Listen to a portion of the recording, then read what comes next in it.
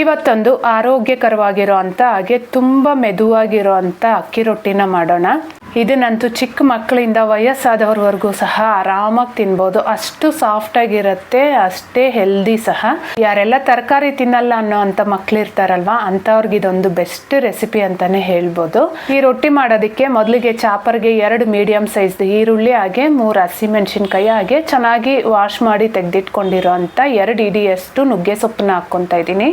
ನುಗ್ಗೆ ಸೊಪ್ಪು ಆರೋಗ್ಯಕ್ಕೆ ತುಂಬಾ ಒಳ್ಳೆಯದು. ಮಿಸ್ ಮಾಡದೆ ಈ ರೀತಿ ಒಂದ್ಸರಿ ಟ್ರೈ ಮಾಡಿ. ನುಗ್ಗೆ ಸೊಪ್ಪು ಹಾಕಿರೋ ಸಹ ಗೊತ್ತಾಗಲ್ಲ, ಅಷ್ಟು ರುಚಿಯಾಗೂ ಸಹ ಬರುತ್ತೆ. ಈಗ ಚಾಪ್ ಮಾಡಿರೋ ಅಂಥ ನುಗ್ಗೆ ಸೊಪ್ಪನ್ನ ಒಂದು ಬೌಲ್ಗೆ ಹಾಕ್ಕೊಂಡು ಅದಕ್ಕೇನೆ 1 ಕಪ್ಪಷ್ಟು ಕಾಯಿ ತುರಿನ ಹಾಕ್ಕೊತಾ ಇದ್ದೀನಿ. ಇಲ್ಲಿ ಕಾಯಿ ತುರಿ ಸ್ವಲ್ಪ ಜಾಸ್ತಿ ಇದ್ರೇ ರುಚಿ ಚೆನ್ನಾಗಿರುತ್ತೆ. ಹಾಗೇನೆ ಅದೇ ಕಪ್ಪಲ್ಲಿ 1 ಕಪ್ ಕ್ಯಾರೆಟ್ ತುರಿ ಹಾಗೆ 3 ಕಪ್ಪಷ್ಟು ಅಕ್ಕಿ ಹಿಟ್ಟನ್ನ ಸೇರಿಸ್ಕೊತಾ ಇದ್ದೀನಿ. ಈಗ ಇದಕ್ಕೇನೆ ರುಚಿಗೆ ಬೇಕಾಗಿರೋಷ್ಟು ಉಪ್ಪನ್ನ ಸಹ ಸೇರಿಸ್ಕೊಂಡು 1 ಟೀ ಸ್ಪೂನ್ ಅಷ್ಟು ಜೀರಿಗೆನ ಸಹ ಹಾಕ್ಕೊಂಡು ಕೈಯಲ್ಲಿ ಮೊದಲಿಗೆ ನೀರು ಹಾಕೋ ಮುಂಚೆನೆ ಚೆನ್ನಾಗಿ ಮಿಕ್ಸ್ ಮಾಡ್ಕೋಬೇಕು.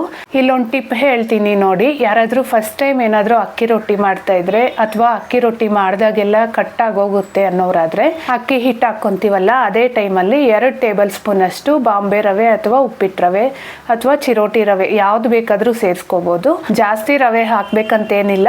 2 ಟೇಬಲ್ ಸ್ಪೂನ್ ಅಷ್ಟು ಹಾಕ್ಕೊಂಡ್ರೆ ರೊಟ್ಟಿ ಎಲ್ಲೂ ಮುರಿಯಲ್ಲ, ತುಂಬಾ ಸಾಫ್ಟ್ ಆಗಿ ಹಾಗೆ ತೆಳುವಾಗಿ ಸಹ ತಟ್ಕೋಬಹುದು.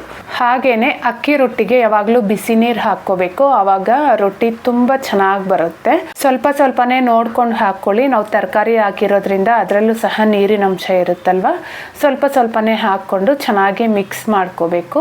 ನೋಡಿ, ಈ ಹದದಲ್ಲಿ ಹಿಟ್ಟನ್ನ ಕಲಿಸ್ಕೋಬೇಕು. ತುಂಬ ಗಟ್ಟಿಯಾಗಿ ಕಲಿಸ್ಕೊಂಡ್ಬಿಟ್ರು ರೊಟ್ಟಿ ತುಂಬ ಗಟ್ಟಿ ಬಂದ್ಬಿಡುತ್ತೆ. ಯಾರೆಲ್ಲ ಫಸ್ಟ್ ಟೈಮ್ ನನ್ನ ಚಾನಲ್ನ ನೋಡ್ತಾ ಇದ್ದೀರೋ ಮಿಸ್ ಮಾಡದೆ ಸಬ್ಸ್ಕ್ರೈಬ್ ಮಾಡಿಕೊಂಡು ನೋಡಿ. ಈಗ ನೋಡಿ, ಹಿಟ್ಟನ್ನ ತೋರಿಸ್ತಾ ಇದ್ದೀನಿ. ಈ ಹದದಲ್ಲಿ ಕಲಸಿಟ್ಕೊಂಡು ಒಂದು 10 ನಿಮಿಷ ಇದನ್ನು ನೆನೆಯೋದಕ್ಕೆ ಬಿಟ್ಟರೆ ಸಾಕು. ತುಂಬ ಹೊತ್ತು ನೆನಿಬೇಕಂತೇನಿಲ್ಲ. ಈಗ ಒಂದು ಬಟರ್ ಪೇಪರ್ ತೊಗೊಂಡಿದ್ದೀನಿ. ಬಟರ್ ಪೇಪರ್ ಮೇಲೆ ಆದರೆ ತುಂಬ ತೆಳುವಾಗಿ ತಟ್ಕೋಬೋದು, ಇಲ್ಲ ನಿಮ್ಮ ಹತ್ರ ಬಾಳೆ ಎಲೆ ಇದೆ ಅಂದರೆ ಅದ್ರ ಮೇಲೆ ಆದರೂ ತಟ್ಕೊಂಡು ಹಾಕ್ಕೋಬೋದು. ಈಗ ನಿಮಗೆ ಬೇಕಾಗಿರೋಷ್ಟು ಸೈಜಲ್ಲಿ ಹಿಟ್ಟನ್ನು ತಗೊಂಡು ಈ ರೀತಿ ಎಷ್ಟು ತೆಳುವಾಗಿ ಬೇಕೋ ಅಷ್ಟು ತೆಳುವಾಗಿ ತಟ್ಕೋಬೋದು. ರವೆ ಹಾಕಿದ್ರೆ ಅಂತೂ ಇನ್ನೂ ಚೆನ್ನಾಗಿ ಬರುತ್ತೆ. ಯಾರೆಲ್ಲ ಫಸ್ಟ್ ಟೈಮ್ ಮಾಡ್ತಿರೋ ಮಿಸ್ ಮಾಡದೆ ಒಂದ್ಸರಿ ಅದೇ ರೀತಿ ಟ್ರೈ ಮಾಡಿ ನೋಡಿ. ಈಗ ಹೆಂಚು ಸಹ ಚೆನ್ನಾಗಿ ಕಾದಿದೆ. ಬೇಕಾಗಿರೋಷ್ಟು ಎಣ್ಣೆನ ಹಾಕ್ಕೊಂಡು ಈ ರೊಟ್ಟಿನ ಹಾಕ್ಕೊಂಡು ನಿಧಾನಕ್ಕೆ ಈ ರೀತಿ ತೆಗೆದ್ರೆ ನೀಟಾಗಿ ಪೇಪರ್ ಸಪ್ರೇಟ್ ಆಗೋಗುತ್ತೆ. ಈ ರೊಟ್ಟಿ ಮಾಡೋವಾಗ ಸ್ಟವ್ನ ಮೀಡಿಯಮ್ ಟು ಹೈ ಫ್ಲೇಮಲ್ಲಿ ಇಟ್ಕೊಂಡೇ ಬೇಯಿಸ್ಕೋಬೇಕು, ಆವಾಗೇ ರೊಟ್ಟಿ ಚೆನ್ನಾಗಿ ಬರುತ್ತೆ. ನೀವೇನಾದರೂ ಲೋ ಫ್ಲೇಮಲ್ಲಿ ಇಟ್ಬಿಟ್ಟು ರೊಟ್ಟಿ ಬೇಯಿಸ್ಬಿಟ್ರೆ ಮತ್ತೆ ರೊಟ್ಟಿ ಗಟ್ಟಿ ಆಗೋಗುತ್ತೆ. ನಾವು ರೊಟ್ಟಿನ ಸಹ ತೆಳುವಾಗಿ ತಟ್ಟಿರೋದ್ರಿಂದ ಮೀಡಿಯಮ್ ಟು ಹೈ ಫ್ಲೇಮಲ್ಲಿ ಇಟ್ಕೊಂಡ್ರೆ ಬೇಗನೂ ಬೇಯುತ್ತೆ, ರುಚಿ ಸಹ ಚೆನ್ನಾಗಿರುತ್ತೆ. ರೊಟ್ಟಿ ಗಟ್ಟಿ ಇದೆ ಅನ್ನೋ ಪ್ರಶ್ನೆನೇ ಇಲ್ಲ. ವಯಸ್ಸಾದವರು ಸಹ ಆರಾಮಾಗಿ ತಿನ್ಬೋದು. ನಿಮಗೆ ಗೊತ್ತಾಗ್ತಾ ಇರ್ಬೋದು ರೊಟ್ಟಿ ಎಷ್ಟು ಸಾಫ್ಟಾಗಿ ಬಂದಿದೆ ಅಂತ. ಮಿಸ್ ಮಾಡದೆ ಇದೇ ರೀತಿ ಒಂದ್ಸರಿ ಟ್ರೈ ಮಾಡಿ ನೋಡಿ. ಹಾಗೆ ಹೇಗಾಯಿತು ಅಂತ ಕಮೆಂಟ್ ಮಾಡಿ ತಿಳಿಸೋದನ್ನ ಮಾತ್ರ ಮರಿಬೇಡಿ. Thank you.